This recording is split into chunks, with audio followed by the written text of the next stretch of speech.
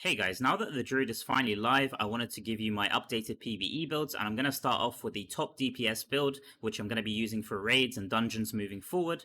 And a lot of essence have actually been changed and are actually stronger than before, and some essences have been outright deleted since the test build that we had. It was kind of unfortunate, but I had to test all of the essence again, but needless to say, I managed to get the Mastery 4 pretty quickly because I had quite a lot of legendary items saved. So I'm going to start off right now with the 1-minute damage test for the new top DPS build. So as you guys can see here, I actually managed to get over 20 million bursts in the first 10 seconds, which is a pretty nice improvement over my previous build. And this build actually has really high consistent damage. I have seen a few people kind of write off the Druid, which is a bit sad because the class has only been live for a day. I do agree that while it might not be quite as high damage as some of the more optimized classes that we have like Crusader and Wizard, we have to bear in mind that those classes have been in the game for a long time and people have optimized them quite a bit. So I do think that this class does show a lot of promise, and I've personally been having so much fun playing it, and I do love the visuals, which I already mentioned before. But I do think that honestly Blizzard might buff some of the essence, or at least give us some really good essence in the next batch of essence. But for now I'm still having quite a lot of fun playing this class, and I do recommend you guys to try it out. So I'm just going to go for a minute here and then we can have a look at the breakdown. So there we go, 1 minute, and I did 11.2 million damage per second and almost 700 million damage, total damage over the minute. So I do think that this is a pretty decent result, and I am happy with this build.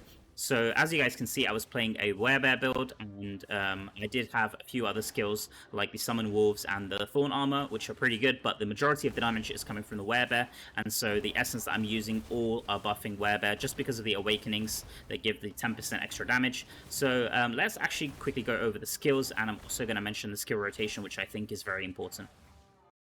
So for the skills, I'm using Rabid Might, I'm using Thorn Armor, I'm using Summon Wolves, and then finally for the transform, I'm using Werebear rather than the Werewolf.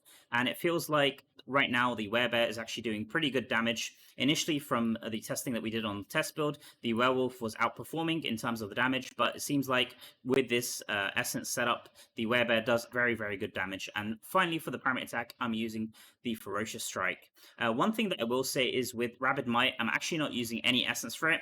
Part of the reason why I'm using Rabid Might is just for this extra eternal damage increase, and if you don't have any eternal pieces with Rabid Might, then it might be worth changing this for another skill, and I'll talk about some other variations.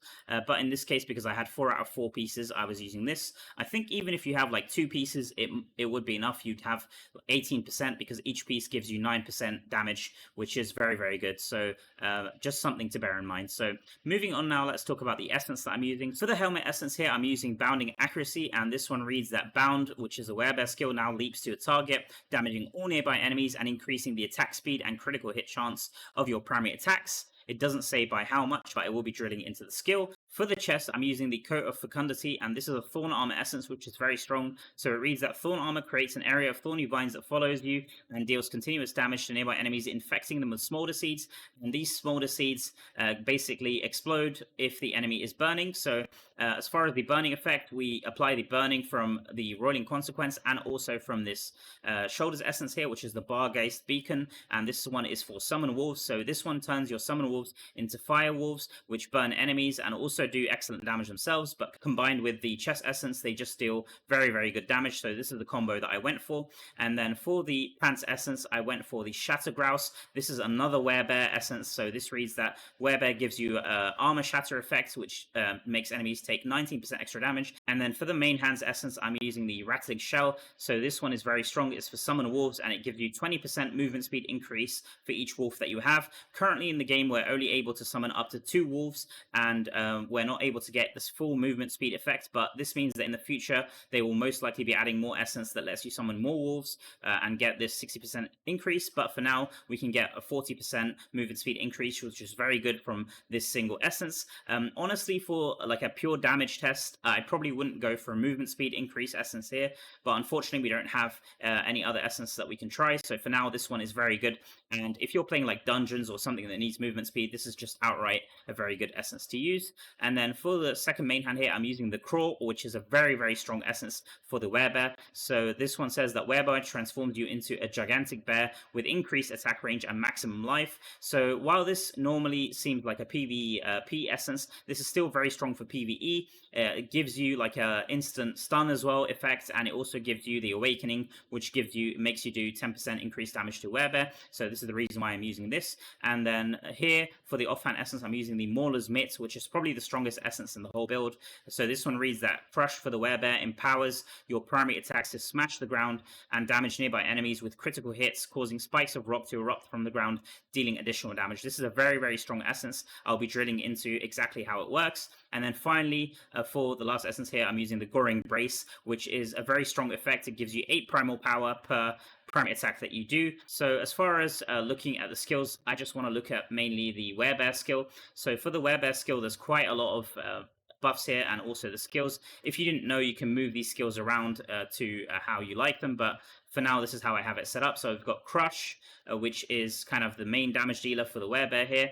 Then I've got Bound, which usually is a dash, but we've kind of changed it up with the essence that we have. And then finally I've got Mangle, which honestly doesn't do that much damage by itself, but the stun effect is pretty nice. But then talking about the essence that I'm using, so Hulking Werebear, which is the one from the main hand that I mentioned. So this is the one that transforms you into a giant bear. So this gives you increased attack range and it gives you extra damage from the stun that it does.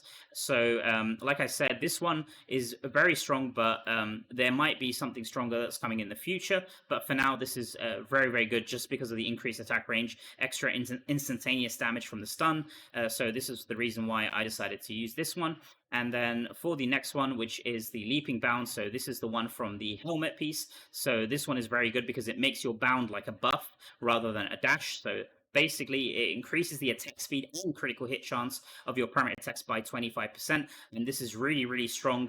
This counts for the primary attacks of the bear, which is very, very good. So rather than dashing around, we don't need the extra dash because we have the movement speed from the wolves. And then for the last few essence here, we've got the offhand essence that I mentioned. So Crush empowers you for 6 seconds, causing your Werebear primary attack to smash the ground for a huge amount of damage. And the radius increases with every attack. On critical hit, it spikes a rock that erupts from the ground, dealing even more damage. So this is very, very strong, and you want to have 100% uptime of this. And I'll explain exactly the skill rotation to maximize your damage with this essence. And then finally, like I mentioned, the leg piece. So this one just gives you the armor break effect. As far as the skill rotation goes, it's pretty simple, but there are a few things that you have to bear in mind just if you want to get the most optimal amount of damage from the build. So the first thing is that with the Thorn Armor, you want to have this up all of the time, and it's pretty easy to know that. So if I press the Thorn Armor, you can see that it has this green circle and it's always following me, so it's pretty easy to see. And even if you transform, you can still see that the green circle is there following me. So I do know exactly when it drops, so you can see just there the Thorn Armor dropped. So normally if Thorn Armor drops, I like to transform back and then press it, reapply it again, and then I can transform back into the bear.